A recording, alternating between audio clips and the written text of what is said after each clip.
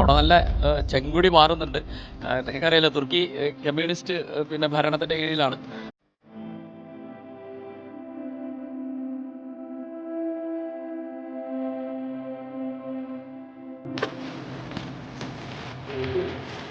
ഒരു ഗുഹാവാസിയെ നമുക്കിവിടെ കാണാൻ കിട്ടും. അന്നത്തെ ഒരു ഗുഹാവാസി ഇവിടെ ഉണ്ട്. അദ്ദേഹം പുറത്തേക്ക് വന്നുകൊണ്ടിരിക്കുകയാണ്. ഇതാ വരുന്നു ഗുഹാവാസി.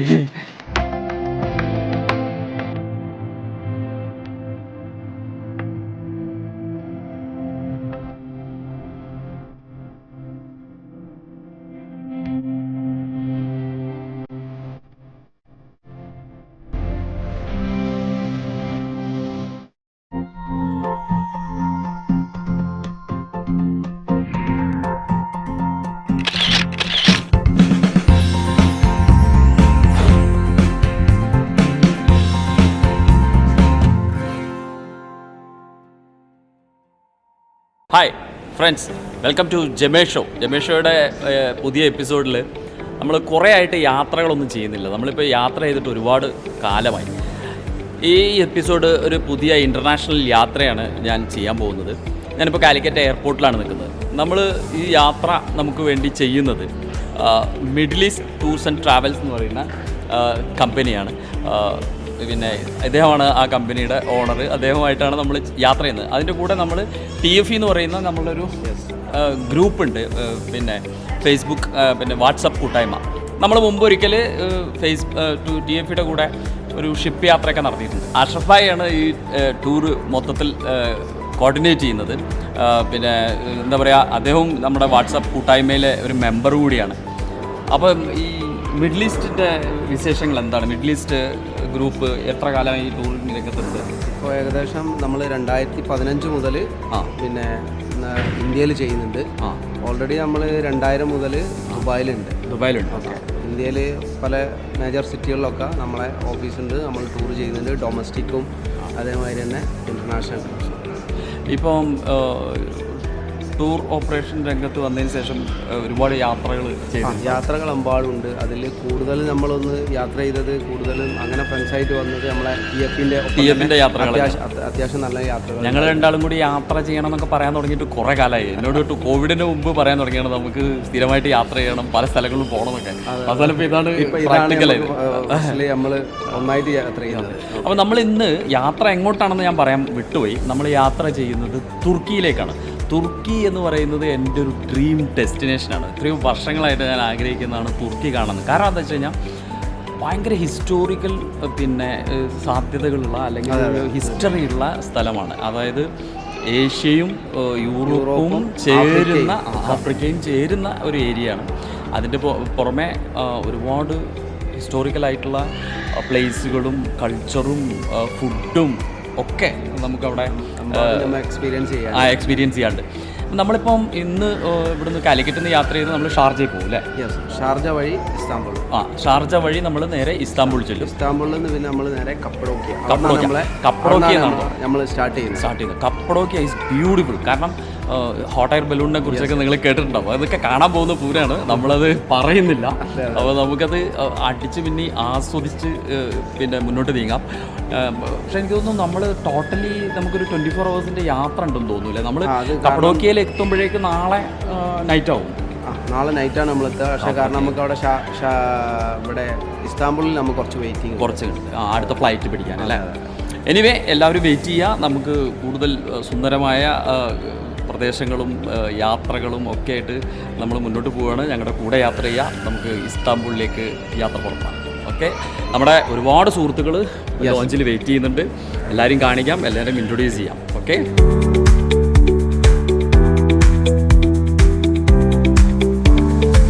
നമ്മുടെ താരം എത്തിയല്ലോ.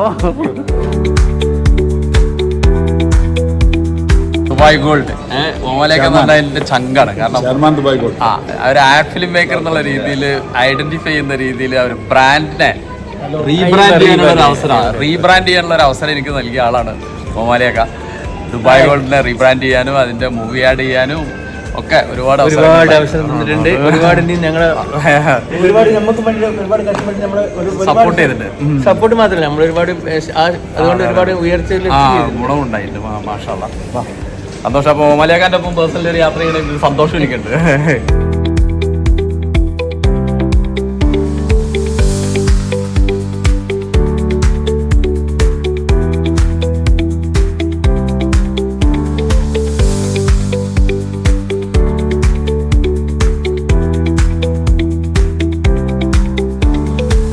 അങ്ങനെ നമ്മൾ ഷാർജ എയർപോർട്ടിൽ ഇറങ്ങിയിരിക്കുകയാണ്.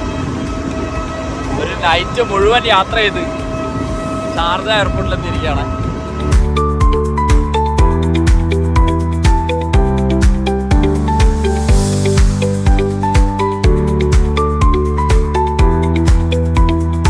അപ്പോൾ നാദിഷെ നമ്മുടെ യാത്രയിൽ ജോയിൻ ചെയ്തിരിക്കുകയാണ്. എന്തായാലും ഷാർജ പിന്നെ ലൈവില്ല. അപ്പോൾ നാട്ടുകാരൻ ഒരാളെ ഇവിടെ എയർപോർട്ടിൽ വെച്ച് കണ്ടിട്ടിരിക്കുകയാണ്. അതിൻ്റെ ഒരു സന്തോഷം.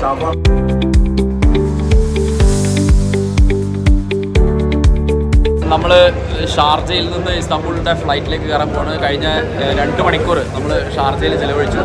അതിനുശേഷം ഇസ്താംബൂളിൻ്റെ ഫ്ലൈറ്റിലേക്ക് കയറുകയാണ്. 4-4.5 മണിക്കൂർ യാത്ര ഉണ്ട്. 4.5 മണിക്കൂറല്ലേ നമ്മുടെ യാത്ര? 4.5 മണിക്കൂർ. അപ്പം എത്ര മണിയാവും അവിടെ ചെല്ലുമ്പോൾ? ഉച്ചയ്ക്ക് 2 അത് പക്ഷേ അവിടെ ചെന്ന് കഴിഞ്ഞിട്ട് പിന്നെ നമ്മൾ അവിടെ വീണ്ടും 2 മണിക്കൂർ ഇരിക്കണം. 4:30 മണിക്ക് എന്നിട്ട് വേണം അടുത്ത എന്നിട്ട് അടുത്ത എത്ര മണിയാകുമ്പോൾ കപ്പടോക്കിയാൽ എത്തും? രാത്രി 9 മണി. അതായത് ഇന്നലെ രാത്രി തുടങ്ങിയ യാത്രയാണ്. 24 hours യാത്രയാണ്. ഇസ്താംബൂളിൽ ഇപ്പോൾ 8 മണിയാണ്. ഓക്കെ, അപ്പോൾ നമുക്ക് ഫ്ലൈറ്റിലേക്ക് പോവാം.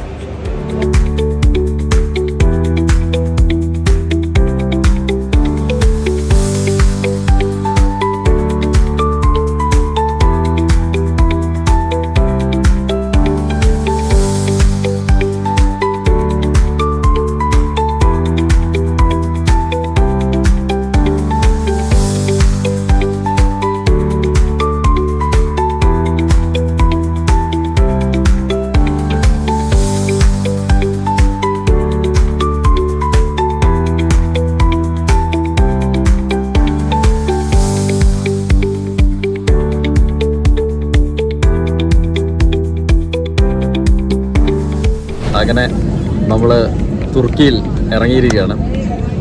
എന്താ പറയുക, തുർക്കി എന്ന് പറയുന്നത് അതിൻ്റെ ഒരു വെർസറ്റൈൽ ലാൻഡ്സ്കേപ്പും ഹിസ്റ്ററി, അങ്ങനെ ഒരുപാട് സംഭവങ്ങൾ കാണാനുണ്ട്.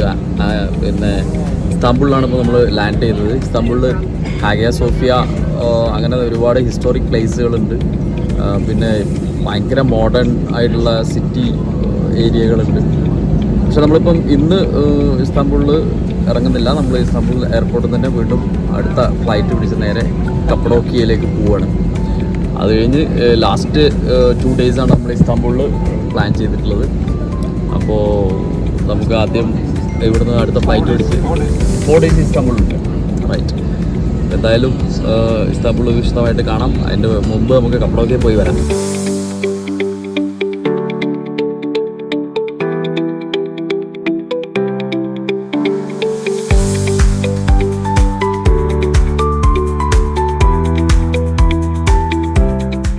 അങ്ങനെ നമ്മൾ ഇസ്താംബൂളിൻ്റെ അല്ലെങ്കിൽ തുർക്കിയുടെ മണ്ണിലേക്ക് ഇസ്താംബൂളിൽ ഇറങ്ങിക്കഴിഞ്ഞു. ഇസ്താംബൂളിൽ നമ്മൾ എത്ര ദിവസം ഉണ്ട്? ഇസ്താംബൂളിൽ നമ്മൾ തിരിച്ചു വരുന്നേരം 4 ദിവസം. 4 ദിവസം. ഫസ്റ്റിലത്തെ 2 ദിവസം കപ്പഡോക്കിയ, പിന്നെ അങ്കാറ വഴി ഇസ്താംബൂൾ.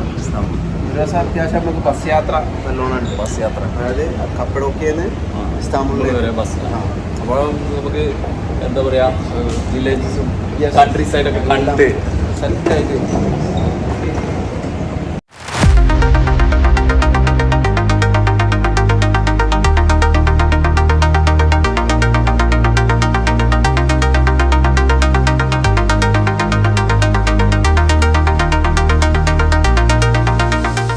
നാല് മണിക്കൂർ 5 മണിക്കൂർ നമ്മൾ ഒന്നും തോന്നുന്നു അല്ലേ? എയർപോർട്ടിൽ നല്ലൊരു ലോഞ്ച് ഉണ്ടായതുകൊണ്ട് വയറിറച്ച് ഭക്ഷണം കഴിച്ച് എത്ര വട്ട ഭക്ഷണം കഴിച്ചറിയില്ല. 2 റുപ്യ കൊടുത്താൽ മതി എന്നുള്ളതുകൊണ്ട് വൻ മുതലാക്കലായിരുന്നു. അപ്പൊ അത് പ്രിവിലേജ് കാർഡിലാ കയറിയതില്ലേ. അപ്പൊ എനിവേ നന്നായി ഭക്ഷണമൊക്കെ കഴിച്ചു. നമ്മളിപ്പം ഇവിടെ സമയം 7:10 പക്ഷേ നിങ്ങൾക്ക് ശ്രദ്ധിച്ചാൽ അറിയാം ബാക്കിൽ നല്ല വെയിൽ കിടക്കണത്. നാട്ടിൽ 7:10 അവസ്ഥയും ഇവിടുത്തെ 7:10 ഇവിടെ ഡേ ടൈം കൂടുതലാണ്. നാട്ടിലെ ഒരു 3 മണി സമയത്തിൻ്റെ ഒരു പ്രതീതിയാണ് ഇവിടെ 7:10 7:00 ആവുമ്പോൾ. ഇനിയിപ്പോൾ 1 മണിക്കൂർ യാത്ര, 1.25 മണിക്കൂർ യാത്രയ്ക്ക് ശേഷം നമ്മൾ കപ്പഡോക്കിയിലെത്തുന്നു. അപ്പോഴേക്കും എന്തായാലും തകരും. 24 മണിക്കൂറായിട്ട് ഞങ്ങൾ യാത്രയിലാണ്. നമുക്ക് ഇന്ന് കാര്യമായിട്ടൊന്നും ഷൂട്ട് ചെയ്യാൻ പറ്റില്ലെങ്കിലും നാളെ നമുക്ക് തകർക്കാം. നാളെ മുതൽ നമ്മൾ തുടങ്ങും. ഓക്കെ, അപ്പോൾ നമുക്ക് ഫ്ലൈറ്റിലേക്ക് പോവാം.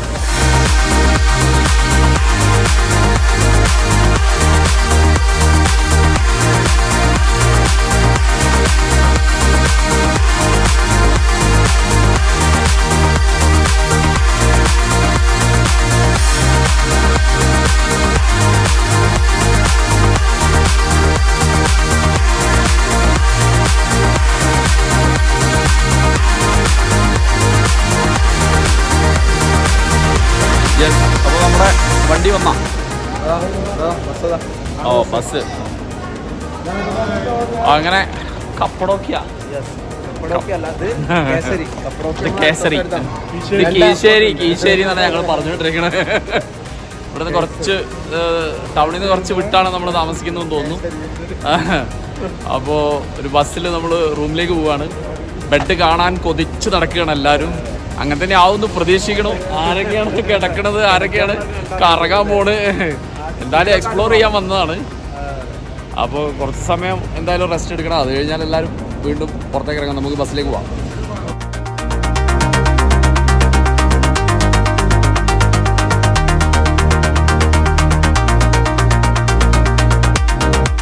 യെസ്, അങ്ങനെ സുദീർഘമായ 24 മണിക്കൂർ യാത്രയ്ക്ക് ശേഷം നമ്മള് നമ്മുടെ ഡെസ്റ്റിനേഷനിലെത്തി.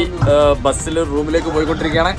എല്ലാവരും തളർന്നിരിക്കുകയാണ്. എന്നാ പക്ഷെ അങ്ങനെ ഒരു വിചാരമൊന്നുമില്ല. മുസ്താഖ് പറയുന്നത് തകർന്നിട്ടില്ലെന്നാണ്. വീട്ടിൽ റൂമിൽ പോയി കുളിച്ച് ഫ്രഷ് ആവുന്നു, നേരെ സ്ട്രീറ്റിലേക്ക് ഇറങ്ങുകയാണ് അല്ലേ? യെസ്, രാത്രി ഹയാത്താക്കാൻ പോവാണ്. കൊള്ളാം.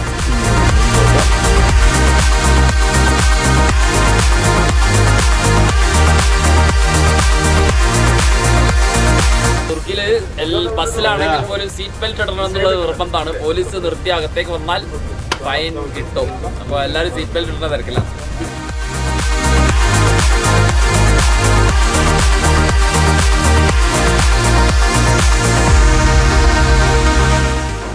യെസ്, അങ്ങനെ നമ്മളിത് ഹോട്ടലിൽ എത്തിയിരിക്കുകയാണ്. ഹോട്ടലാണെന്നൊക്കെ പറഞ്ഞ് ഒരു പാലസിൻ്റെ മുന്നിൽ കൊണ്ട് നിർത്തിയിട്ടുണ്ട്. സുഹാൻ ഹോട്ടൽ.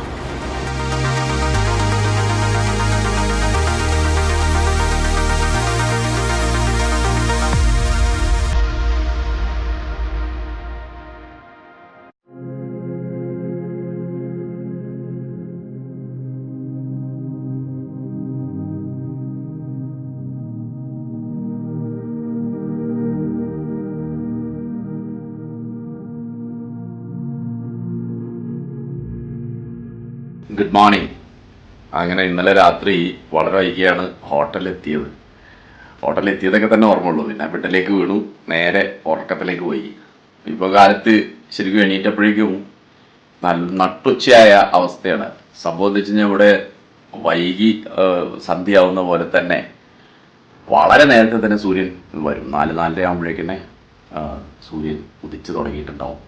അപ്പോൾ നല്ല വെയിലായി പുറത്ത്. അപ്പോൾ നല്ല ഒരു 3 സ്റ്റാർ 4 സ്റ്റാർ ഫെസിലിറ്റി ഉള്ള റൂംസും സൗകര്യങ്ങളൊക്കെയാണ് തന്നിട്ടുള്ളത്. ഇവിടുന്ന് പുറത്തേക്ക് നോക്കുകയാണെങ്കിൽ റൂമിൽ നിന്ന് വലിയ വ്യൂ ഇല്ല, പക്ഷേ റൂമിൽ നിന്ന് പുറത്തിറങ്ങി മുന്നോട്ട് ചെന്നാൽ അടിപൊളി വ്യൂ ആണ്. അടിപൊളി വ്യൂ എന്ന് പറഞ്ഞാൽ നമ്മൾ ശരിക്കും യൂറോപ്പിലെത്തി. യൂറോപ്പിൻ്റെ ആ ഒരു പ്രദേശത്തിൻ്റെ ഒരു ഭംഗി നമുക്കിവിടെ കാണാം. ഇതിലെ പുറത്തേക്ക് നോക്കിയാൽ ഞാൻ കാണിക്കാം. ഭയങ്കര ദൂരത്ത് കാണുന്ന നല്ല യൂറോപ്യൻ ഗ്രാമങ്ങൾ, നല്ല മലനിരകൾ, അതിൽ ലൈറ്റുകൾ കിടക്കുന്നതിൻ്റെ ഒരു ഭംഗി, അങ്ങനെ വളരെ ഭംഗിയുള്ള ഒരു പ്രദേശമാണ് ഞാൻ കാണിക്കാം.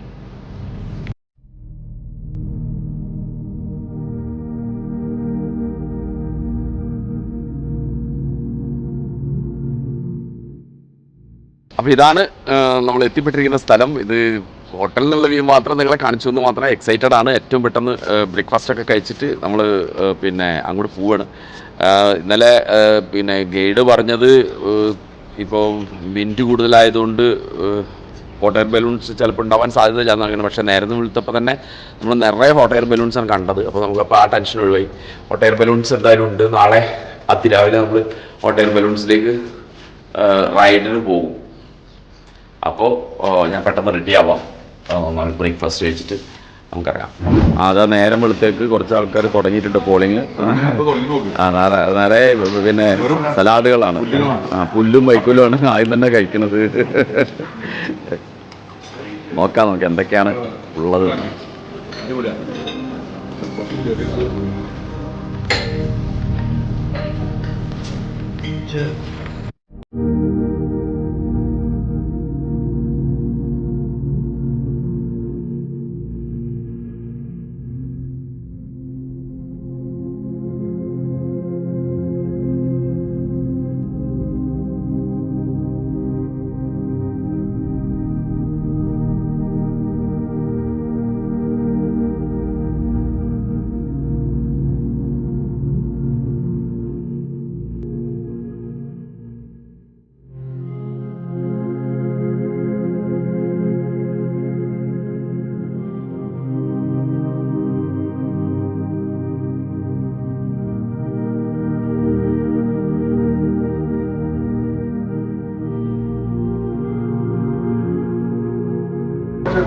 എല്ലാവരും ഇതാ ഓരോരുത്തരായിട്ട് ബ്രേക്ക്ഫാസ്റ്റ് കഴിച്ചുകൊണ്ടിരിക്കുകയാണ്.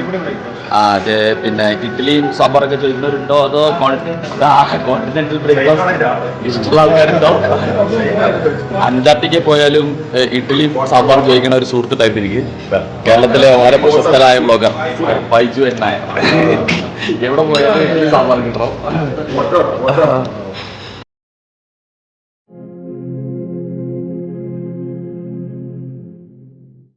ഫസ്റ്റ് ഡേ നമ്മളെ ടൂറ് തുടങ്ങാൻ പോവാണ് കപ്പഡോക്കിന്ന് അല്ലേ? ഇവിടെ ഇന്നിപ്പോ നമ്മൾ എവിടേക്കാ പോണത്? കപ്പഡോക്കിയ.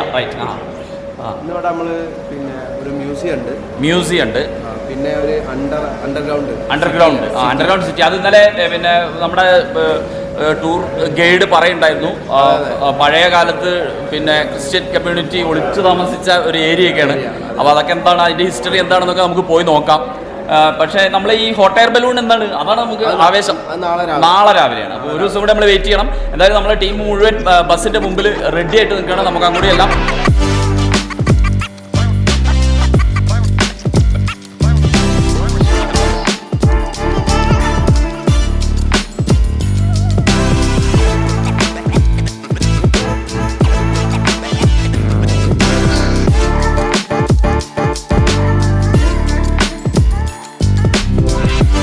നമ്മുടെ മെയിൻ സ്ഥലത്ത് എത്തിയിരിക്കുകയാണ്. കാണാനുള്ള ചുറ്റുഭാഗം ഞാൻ കാണിച്ചല്ലോ, വാഹനത്തിൽ നിന്ന് കാണിച്ചു. നിറയെ മലകളാണ്. വളരെ പഴയ കാലത്ത് പിന്നെ എർത്ത് ഉണ്ടായ സമയത്ത് ഉണ്ടായിട്ടുള്ള പിന്നെ ലാവകളാണ്, ഉണ്ടായിട്ടുള്ള ലാവകളാണ് ഈ മലകളായിട്ട് മാറിയിട്ടുള്ളതെന്നാണ് പറയുന്നത്. നമുക്ക് ഡീറ്റെയിൽസ് നോക്കാം, അടുത്ത് കാണാം. വരൂ.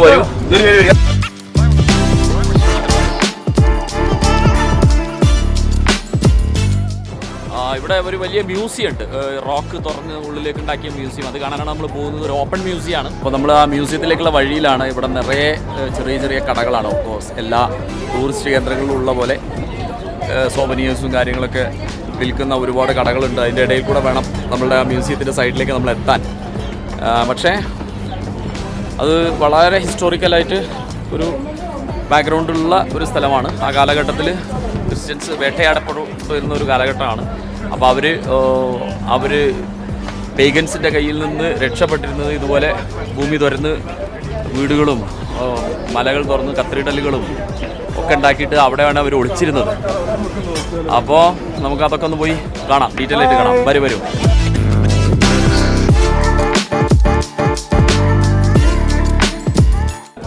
എത്ര 250 സ്റ്റെപ്പുകൾ കയറി വേണം മേലെ എത്താൻ. ഞാൻ കയറി ഇറങ്ങിയത്. അപ്പൊ നിങ്ങൾക്ക് അത് വേണ്ട വരിക, കേറി നടക്ക്.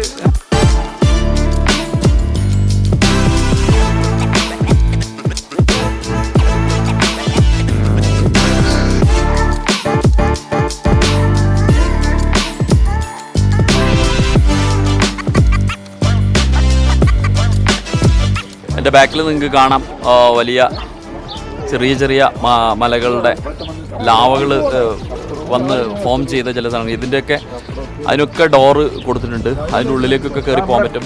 ചെറിയ കത്തീഡ്രലുകളൊക്കെ ഉണ്ട്. നമുക്ക് ഇതാ എൻ്റെ ബാക്കിലും ഒക്കെ നിറയെ ഉണ്ട്. നമുക്ക് പോയി നോക്കാം. ഈ സ്റ്റെപ്പ് കയറണം എന്ന് പറഞ്ഞപ്പോൾ തന്നെ ഗ്രൂപ്പിൽ പല ആളുകളും ബാക്ക് ഓഫ് ചെയ്ത് തുടങ്ങിയിട്ടുണ്ട്. ആരൊക്കെ പോവും ആരൊക്കെ വരും എന്നുള്ളത് നമുക്ക് കാണാം.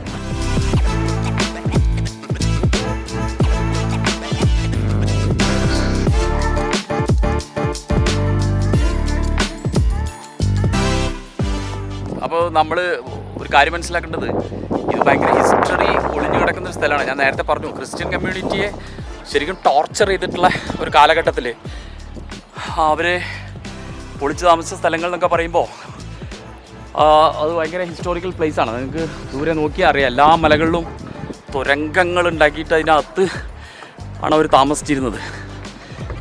ശരിക്കും ഒരു ഒരു ഒരു അതർ വേൾഡിൽ ചെന്നൊരു ഫീൽഡാണ്. മറ്റൊരു ലോകത്ത്, ഇത് ഭൂമിയിലെല്ലാം നമുക്ക് തോന്നിപ്പോകുന്ന രീതിയിലുള്ള ഒരു നേച്ചറും ഒക്കെയാണ് ഇവിടെ ഉള്ളത്.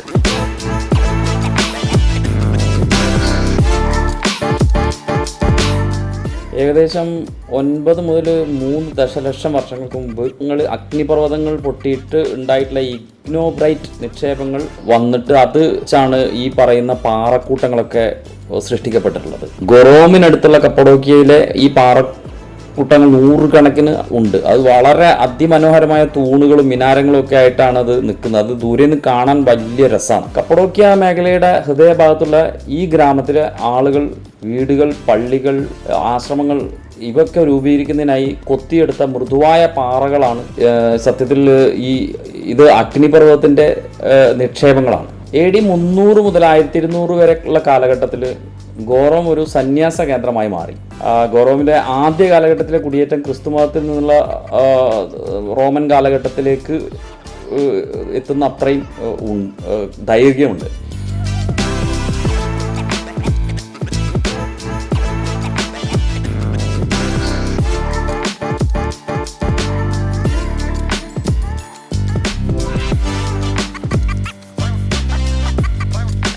അകത്തേക്ക് പോകാൻ പോവാണ്. കാരണം ഇതിനകത്ത് ചില ഏരിയകൾ നമുക്ക് കാണാൻ വേണ്ടി അകത്ത് കയറി കാണാൻ വേണ്ടി തുറന്നിട്ടുണ്ട്. അപ്പോൾ അങ്ങനെ ഉള്ളൊരു സ്ഥലത്തേക്ക് അകത്തേക്ക് കയറാൻ പോവാണ്.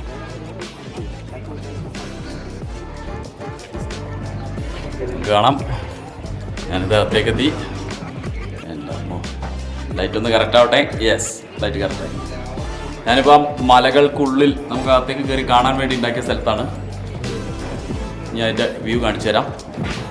അതിനുള്ളിൽ കൂടെ നടന്നു പോകാനൊക്കെ ഉള്ള സൗകര്യമുണ്ട്.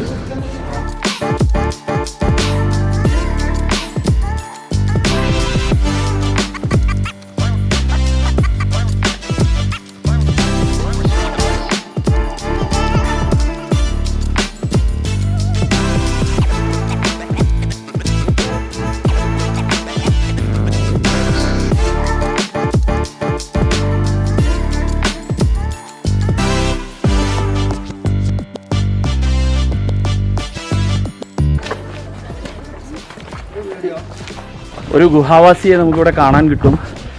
അന്നത്തെ ഒരു ഗുഹാവാസി ഇവിടെ ഉണ്ട്. അദ്ദേഹം പുറത്തേക്ക് വന്നുകൊണ്ടിരിക്കുകയാണ്. ഇതാ വരുന്നു ഗുഹാവാസി.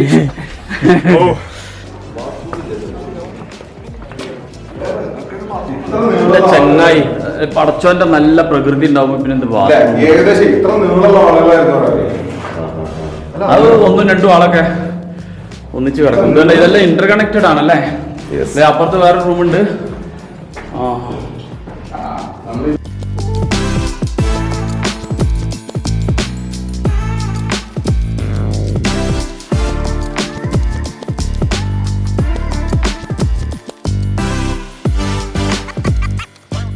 യെസ്, അപ്പോൾ നമ്മൾ ഏകദേശം മേൽഭാഗം വരെ വന്നു. മേൽഭാഗത്ത് കുറേ അകത്തേക്ക് കയറാവുന്ന ചില ഗുഹകളൊക്കെ ഉണ്ട്. അവിടെയൊക്കെ കയറി കണ്ടു. ഇനി താഴോട്ട് വേണം നമുക്ക്. വണ്ടി ഗൈഡ് പറഞ്ഞേക്കണത് 11:10 താഴെത്തണം എന്നാണ്. അപ്പോൾ പെട്ടെന്ന് താഴോട്ട് പോവാം. ബാക്കിയുള്ളവരൊക്കെ താഴെ എത്തി കാണാം. ഓപ്പൺ മ്യൂസിയം കണ്ട് താഴോട്ട് ഇറങ്ങി.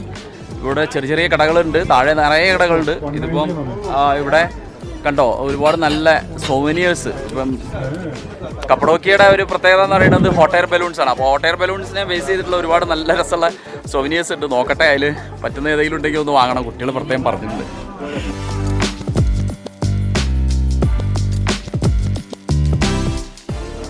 യെസ്, നിറയെ സോനിയേഴ്സ് ആണ്, ഇഷ്ടം പോലെ വെറൈറ്റീസ് ഓഫ് സോനിയേഴ്സ് ഉണ്ട്. ആഹാ, ബലൂൺസ് ഇത് ഇവിടെ വേറെ കുറേ തൂങ്ങി കിടക്കുന്നുണ്ട്. നിറയെ ഉണ്ട്. അടിപൊളി അടിപൊളി, good one. Okay, I'll go for this. How much it is cost? 60 lira. 60 lira. Okay, I'll pay. Thank you.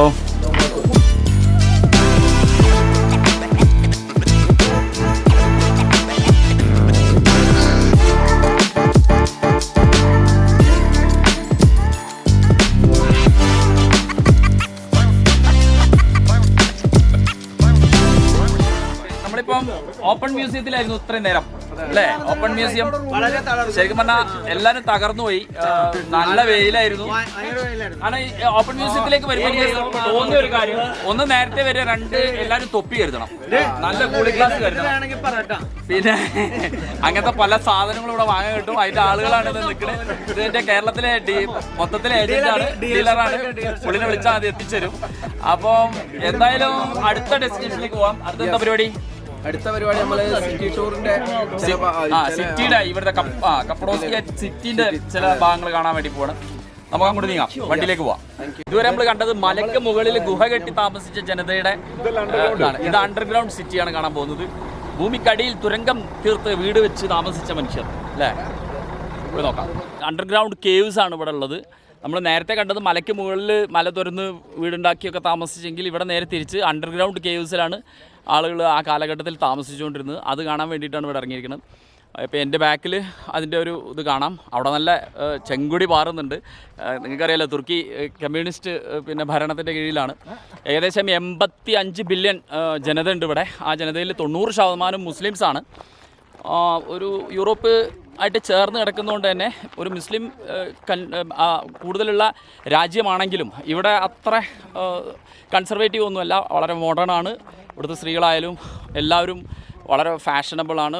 വളരെ മോഡേൺ ഒരു സൊസൈറ്റിയാണ് ഇത്. പിന്നെ ഏത് ടൂറിസ്റ്റ് കേന്ദ്രത്തിലും കാണുന്ന പോലെ കുറേ കടകൾ, ചെറിയ ചെറിയ കടകൾ. അതിൽ സൊവനീറുകളുണ്ട്, ടീഷർട്ടുകളുണ്ട്. കാണാം ഇവിടെ മുഴുവൻ ബലൂണിനൊക്കെ പ്രിൻറ്റ് ചെയ്ത നിറയെ ടീഷർട്ടുകളുണ്ട്. അപ്പോൾ നമ്മൾ തുർക്കിയിലൊക്കെ വന്ന നമ്മുടെ ഒരു ഓർമ്മ നിലനിർത്താൻ വേണ്ടിയിട്ട് ഇത്തരം ടീഷർട്ടുകളൊക്കെ വാങ്ങിച്ച് നമുക്ക് ഇടാൻ പറ്റും. Can you just explain what is inside? I will come. Go. You are coming with me, na? Yes, I will. Yeah, then I'll go. Okay? Okay, you go. ഞങ്ങളങ്ങനെ അണ്ടർഗ്രൗണ്ടിലേക്ക് ഇറങ്ങാൻ പോവാണ്. ഇതുവരെ കയറിയായിരുന്നു, കാലിൻ്റെ മസിൽ ഏകദേശം പിടുത്തം കിട്ടിയിട്ടുണ്ട്. ഇനിയുള്ള ഇറക്കാണ്. ഇരുട്ട് കുത്തി കിടക്കുന്ന സ്ഥലത്തേക്ക്.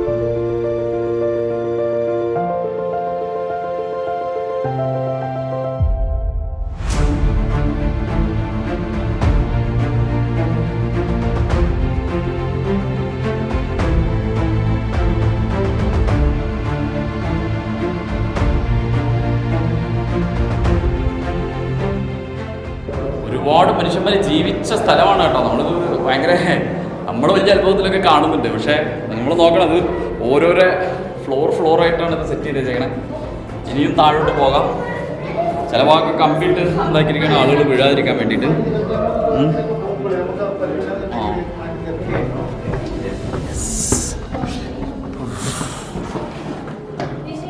അങ്ങനെ അണ്ടർഗ്രൗണ്ട് കേവിൻ്റെ അകത്ത് എക്സ്പ്ലോർ ചെയ്തു.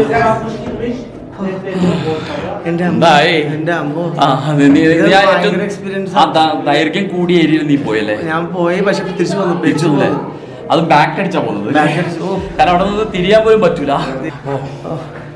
ഇന്നത്തെ ദിവസം നല്ല അധ്വാനമുള്ള ട്രിപ്പായിരുന്നു. ഇനി ഒന്നും വേണ്ട, പോയി കിടന്നുറങ്ങാം. ഇത് ഇങ്ങനെയാണെന്നുണ്ടെങ്കിൽ മഞ്ഞുമൽ ബോയ്സ് സുഭാഷിനെ സമ്മതിക്കണം.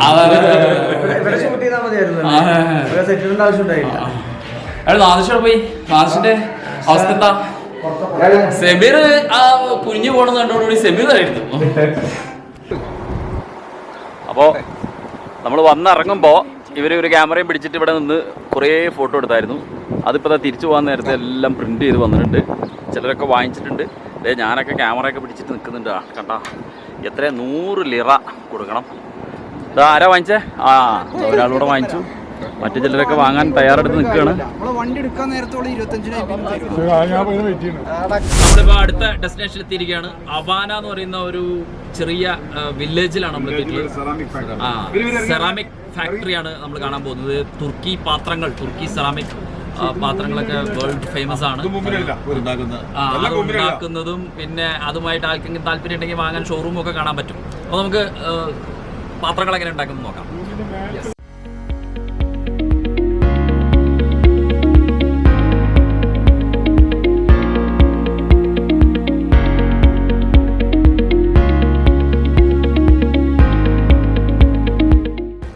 ആ സെക്ഷനിൽ വീഡിയോ ഫോട്ടോസ് അനുവദനീയമല്ല, ഇവിടെ മാത്രമേ പറ്റുള്ളൂ എന്ന് പറഞ്ഞാൽ. ഇവിടെ ഇപ്പോൾ നമ്മൾ കാണുന്നത് എൻ്റെ ബാക്കിൽ 2 ലേഡീസ് ഇരുന്നിട്ട് ബോട്ടുകൾ, പ്ലേറ്റുകളൊക്കെ പെയിൻറ്റ് ചെയ്തുകൊണ്ടിരിക്കുകയാണ്. അതിൻ്റെ ഡീറ്റെയിൽസിലേക്ക് ഞാൻ കാണിക്കാം.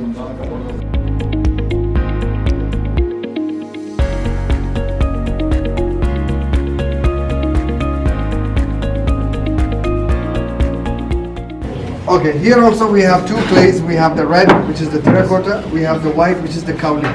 The terracotta is from the Red River of Avanos, which we were making ceramics before. But after Selçuk, we started using the kaolin. The kaolin is very strong, and when you do the art, it stays. And especially we mix quartz with them. We mix quartz with the kaolin, then we shape it. After shaping, we dry them. After drying, we bake them 16 hours, 1100 to 1250, and this is the first result. Then we go for the second process, which is first is the drawing. After drawing, coloring, painting, emboss work, needlework, and when everything gets completed, they will write their names. Names are very important because we have some items which are investment piece. Then they will glaze it with glass and crystal powder, and they rebake it again, and this is the final piece. Only the gold one, we bake it 3rd time, original 12 karat gold. 12 karat gold.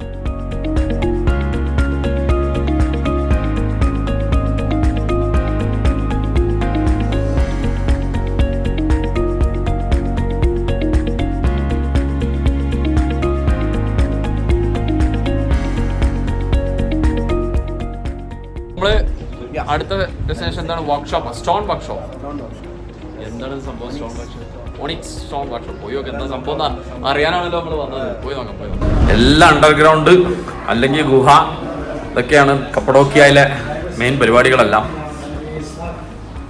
ഇത് വലിയ പേര് കേട്ട എന്തോ ഒരു stone making കമ്പനിയാണ്, jewellery stone. Yes,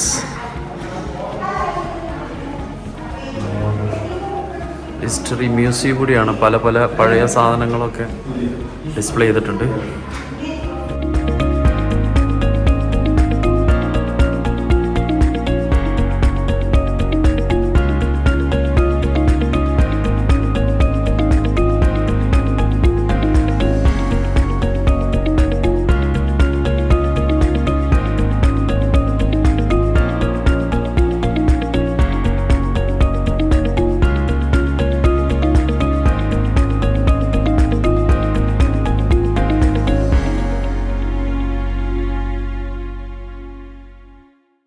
good morning friends. അങ്ങനെ first day കഴിഞ്ഞു. Second ഡേയിലാണ് ഞങ്ങളിതാ രാവിലെ 3 മണിയായപ്പോൾ തന്നെ എല്ലാവരും വേക്കപ്പായി. 3:40 വണ്ടി വരും. അതാണ് ഇത്ര നേരത്തെ പരിപാടി എന്ന് ചോദിച്ചാൽ ഹോട്ട് എയർ ബലൂണിൽ പോകുന്ന ദിവസമാണ്. എല്ലാവരും നമ്മളിപ്പോൾ എത്ര ആൾ പോകുന്നുണ്ട് ഹോട്ട് എയർ ബലൂൺ? 16. 22 ആൾ വന്നതിൽ 16 ആൾ ഹോട്ട് എയർ ബലൂണിലേക്ക് പോവാണ്. അപ്പോൾ എന്തായി, റെഡി അല്ലേ? Ready? Okay, come on. Good morning. എല്ലാരും പിന്നെ ഹോട്ട് എയർ ബലൂണിൽ കയറാൻ റെഡി ആയിട്ട് നിൽക്കുകയാണ്. ഇപ്പോഴത്തെ സമയം കാലത്ത് ആർക്കെങ്കിലും പേടിയിട്ടോ മുട്ട തുറക്കുന്ന ആൾക്കാരുണ്ടോ? അപ്പോൾ നമ്മൾ രാവിലെ സമയം 3:46 ആയിട്ടുള്ളൂ. നമ്മൾ ഹോട്ട് എയർ ബലൂണിൽ കയറാൻ വേണ്ടി പോവുകയാണ്. നമ്മൾ ഹോട്ടലിൽ നിന്ന് സ്റ്റാർട്ട് ചെയ്യാൻ പോവുകയാണ്. അപ്പോൾ ബാക്കി അപ്ഡേഷൻസ് ഒക്കെ എന്ത് ചെയ്യാം?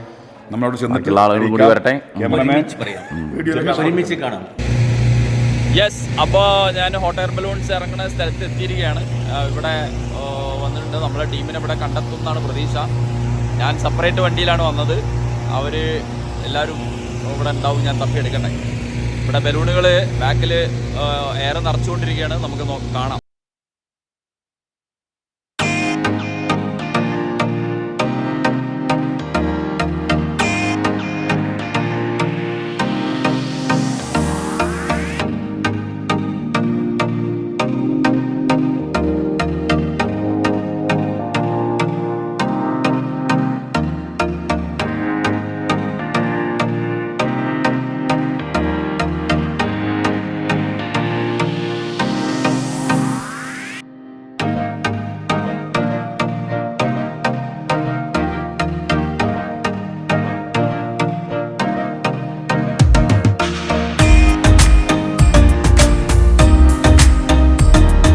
പരിപാടി അതിരാവിലെയാണ് തുടങ്ങുന്നത്. 4 മണിക്ക് നമ്മളെ എഴുന്നേൽപ്പിച്ച് അവർ റൂമിൽ നിന്ന് വണ്ടി വന്ന് പിക്ക് ചെയ്ത് അവർ നമ്മളെ കൊണ്ടുപോകും. അങ്ങനെ അവർ കൊണ്ടുപോയിട്ട്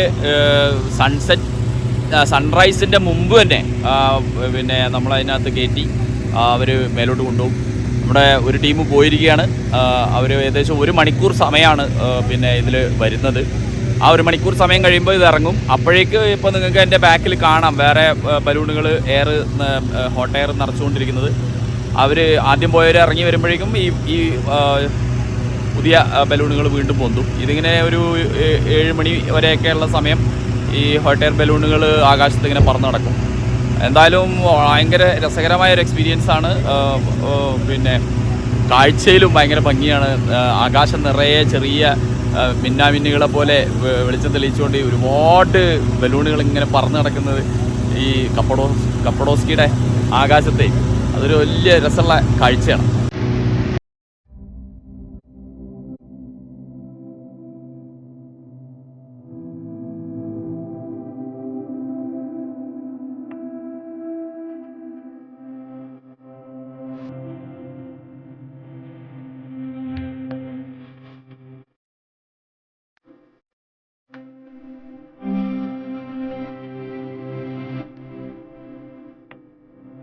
നമ്മൾ തുർക്കിയുടെ ഏകദേശം മധ്യഭാഗത്തായിട്ടാണ് ഈ കപ്പഡോഷ്യ ഉള്ളത്. അപ്പോൾ നമ്മളിപ്പോൾ കപ്പഡോഷ്യയിലാണ്. നമ്മൾ ഹോട്ട് എയർ ബലൂൺ പിന്നെ എക്സ്പീരിയൻസ് ചെയ്തുകൊണ്ടിരിക്കുകയാണ്.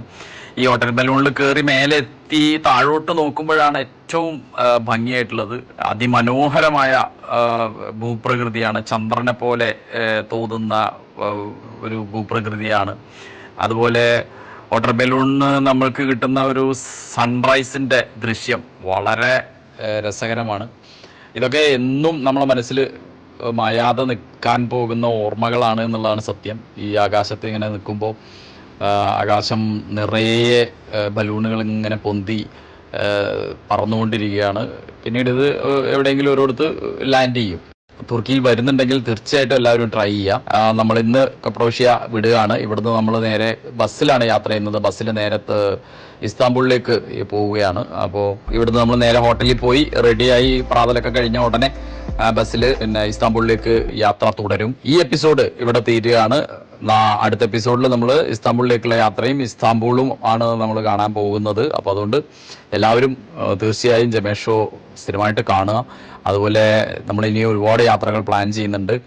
നിങ്ങൾ ജമേഷ് ഷോ ആദ്യമായിട്ട് കാണുന്ന ഒരാളാണെങ്കിൽ തീർച്ചയായിട്ടും ജമേഷ് ഷോ ഒന്ന് സബ്സ്ക്രൈബ് ചെയ്യുക. അതുപോലെ നിങ്ങൾക്ക് എന്തെങ്കിലും നിർദ്ദേശങ്ങളൊക്കെ ഉണ്ടെങ്കിൽ ഒരു കമൻറ്റ് രൂപേണയൊക്കെ പറഞ്ഞാൽ മതി. അപ്പോൾ എന്തായാലും അടുത്ത എപ്പിസോഡ് കാണുന്നത് വരെ തൽക്കാലത്തേക്ക് ബൈ.